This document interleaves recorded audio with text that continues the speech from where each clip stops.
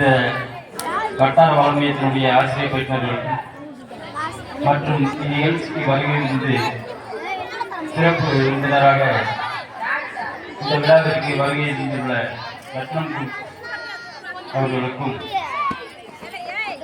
மற்றும் இந்த ஆண்டு விழா நிகழ்ச்சி மிக சிறப்பாக நடைபெறுவதற்கு ஒத்துழைப்பு வழங்கிக் கொண்டிருக்கின்ற பெற்றோர்களுக்கும்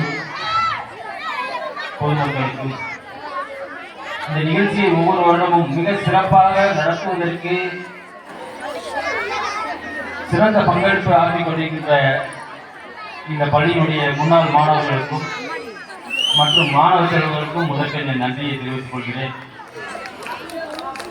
இந்த பள்ளி நான் முதலில் இந்த பள்ளியில் பணியாற்றிய இந்த பள்ளிக்கு திரும்ப நான் இந்த ஆண்டு விழாவில் கலந்து கொள்வதே மிக பெருமையாக இருக்கிறது.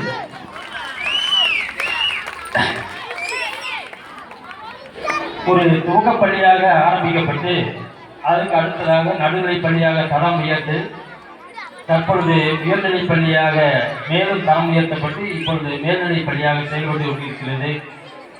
எல்லாம் உங்களுடைய ஒத்துழைப்பு தான்.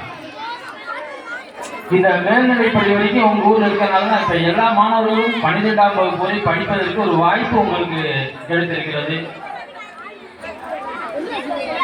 முதல் இந்த பள்ளிக்கூடத்தில் அதிகமாக டிராப் அவுட் இருக்கும். 5ஆவதுக்கு மேலே படிக்கவே இருக்க மாட்டாங்க, அந்த அளவுக்கு இருந்தாங்க.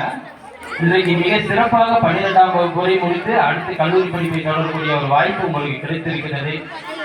இந்த பள்ளியினுடைய வளர்ச்சியை மேலும் நீங்கள் சீராக்குவதற்கு உங்கள் ஊரில் பயில்கின்ற அனைத்து குழந்தைகளையும் உங்கள் ஊரில் இருக்கக்கூடிய அனைத்து குழந்தைகளும் முதல்ல உங்கள் ஊர் பள்ளியில் சேர்க்கணும். அதுதான் ரொம்ப முக்கியம். இன்னைக்கு இருக்கிற காலகட்டத்தில் எல்லா இடங்களிலுமே மாணவர்களுடைய வருகை மிக குறைவு, பெற்றோருடைய மோகம் மிக அதிகம். ஆங்கில வழியில் படித்தால் மட்டும்தான் நம்ம வேலைக்கு போக முடியுங்கிற ஒரு அபரிதமான நம்பிக்கை வச்சிருக்கீங்க. கஷ்டப்பட்டு நம்ம எவ்வளவோ செல்வத்தை சேர்த்துருக்கோம், ஆனால் வீணாக விரயம் பண்ணிக்கிட்டு இருக்கோம். அதுதான் இப்போ நடந்துருக்கு. இப்போ இதுவரைக்கும் நடைபெற்ற கலை நிகழ்ச்சியெல்லாம் நீங்கள் பார்த்துருந்தீங்க. ஒவ்வொரு மாணவரும் தன்னுடைய தனித்திறமைகளை வெளிப்படுத்தக்கூடிய வாய்ப்பாக இந்த அரசு பள்ளிகள் இன்று சிறப்பாக செயல்பட்டு கொண்டிருக்கிறது. ஒரு 2ஆம் வகுப்பு மாணவி மிக சிறப்பாக ஆங்கிலத்தில் உரையாற்றினார். நீங்கள் எவ்வளவோ ஆங்கிலத்தில் படிக்க வைக்கிறீங்க, ஆங்கிலத்தில் பேசக்கூடிய வாய்ப்பு யாருக்கா கிடைச்சிருக்கான்னு நீங்களே சொல்லுங்க. இது வரைக்கும் 12ஆவது வரைக்கும் எல்லாரும் ஆங்கில பள்ளிக்கு தான் போகிறாங்க. ஆனால் எந்த குழந்தையாவது ஆங்கிலத்தில் பேசிருக்கிறது பார்த்துருக்கீங்களா? அங்கே இருக்கிற ஆசிரியர்களும் தமிழில் தான் பேசுவாங்க. ஆனால் இது திறமையாக மிக்க பல்வேறு தேர்வுகளில் தேர்ச்சி பெற்று மிக கடமையோடு பணியாற்றக்கூடிய ஆசிரியர் பெருமக்கள் உங்களுக்கு கிடைச்சிருக்காங்க. இது ஒரு நல்ல வாய்ப்பாக பயன்படுத்தணும். உங்களுடைய பள்ளி இன்னும் மேலும் மேலும் சிறக்கணும்னா உங்கள் ஊரில் இருக்கக்கூடிய அனைத்து வயது பள்ளி வயது குழந்தைகளையும் உங்கள் ஊர் பள்ளியில் சேர்க்கணும். அதுதான் ரொம்ப முக்கியம். அதிக நேரம் பேசுறதுக்கு நீங்க ரொம்ப ஆர்வமா இருக்கீங்க. கலை நிகழ்ச்சி பார்க்கறது யாரும் நல்லா தெரியுது. ஒரு சுருக்கமான ஒரு நிமிஷம் மட்டும் பேசி முடிச்சது.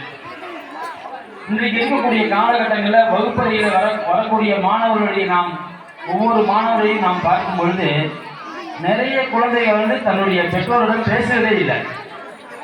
கேட்டா எங்க அப்பாவோட பேசியே 4 நாள் வச்சிருந்துட்டான். ஏன்னா அவங்க அப்பாவை பார்க்கறது கூட அவங்களுக்கு தயார் இருக்காது. அவர் ஒரு வேலையா போயிருப்பாரு, அவர் பையன் தூங்கின பிறகு வருவாரு, காலையில் அவங்க எதிர்க்கு முன்னாடியே போயிருவாரு. அப்ப அந்த பையனுக்கு எவ்வளவு ஒரு வருத்தத்தோட அந்த ஒரு சூழல் தான். அதனால உங்களுடைய குழந்தைகளோடு நீங்கள் அதிக நேரம் உரையாடுங்கள். அதுதான் ஒரு நல்ல ஒரு உறவை உங்களுக்கு பிற்காலத்தில் உங்களுக்கு அருமையான ஒரு வாய்ப்பை ஏற்படுத்தும். உங்க குழந்தைகளை நீங்களே இப்போ ஒதுக்கி வைக்கிற மாதிரி தான். இன்னைக்கு நிறைய நம்ம மீடியாஸ் நம்மளை தடுத்துட்டு இருக்கு. நம்ம வீட்டில் இருக்கவங்களே மறந்துடுறோம். அந்த அளவுக்கு நம்ம இன்னைக்கு தொலைக்காட்சியிலையும் நிறைய செல்போன்லையும் ரொம்ப மூழ்கிட்டோம். அதனால உங்களுடைய குழந்தைகளோடு நீங்கள் உருவாடுங்கள். அதிக நேரம் உரையாடுங்க. ஒரு மாணவனோட உங்க குழந்தைகளோட ஒரு 10 நிமிஷமாவது நீங்க சந்தோஷமா பேசுனீங்கன்னாவே போதும், பையன் ரொம்ப தெளிவாயிடும். காலையிலிருந்து பள்ளிக்கூடத்துக்கு வரக்கூடிய பையன் 4 மணி வரைக்கும் ஒரு பள்ளிக்கூடத்தில் இருக்கிறேன். திருப்பி உங்ககிட்ட வர்றப்ப அந்த பையனை இன்னைக்கு பள்ளிக்கூடத்துக்கு போனப்ப என்ன படிச்சதுன்னா என்ன அந்த ஒரு வார்த்தை கேட்டாலே போதும், பையன் ரொம்ப சுதாரிச்சிருவான். ஆஹா, நம்ம பள்ளிக்கூடத்துக்கு போனா டீச்சர் கண்காணிக்கிறாங்க, வீட்டுக்கு வந்தா பேரண்ட்ஸ் நம்மளை கேட்குறாங்க அப்படிங்கிற ஒரு மனப்பான்மையோடு இருக்கும். ஒரு பள்ளி வந்து சிறந்த பள்ளியாக நிர்வாகம் செய்யணும்னா அது வெறும் தலைமை ஆசிரியரோ அல்லது ஆசிரியரோ மட்டும் முடியாது. ஒரு தலைமை ஆசிரியரும் அங்கே பணியாற்றக்கூடிய அனைத்து ஆசிரியரும் ஒற்றுமையாக செயல்பட வேண்டும். அதுக்கு அடுத்ததாக அதனுடைய பெற்றோருடைய பங்கு மிக முக்கியம். பெற்றோர்கள் வந்து எந்த பள்ளிக்கூடத்தில் வந்து பெற்றோர்கள் அதிகமாக வந்து ஆசிரியர் சந்திக்கிறாங்களோ அந்த பள்ளி மிக சிறந்த பள்ளியாக இருக்கும். அதுக்கடுத்து அந்த மாணவர்களும் ரொம்ப ஆர்வமாக இருப்பாங்க.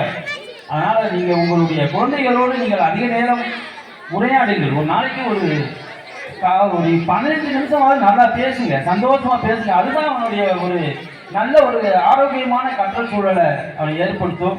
உங்களுடைய இன்னைக்கு அரசு பள்ளியில் இருக்கக்கூடிய அனைத்து திட்டங்களை பற்றி மிக அருமையாக அந்த வில்லுப்பாட்டில் சொன்னாங்க.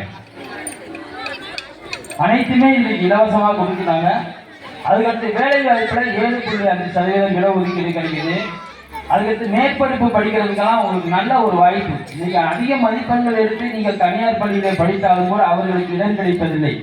ஆனால் இந்த 7.5% இடஒதுக்கீட்டில் நம்ம கம்மியான மார்க்குக்கு இந்த தமிழ் வழியில் படித்த மாணவர்கள் இன்று மருத்துவராகவும் பொறியியலாளரும் நிறைய சேர்ந்து படிச்சுட்டு இருக்காங்க.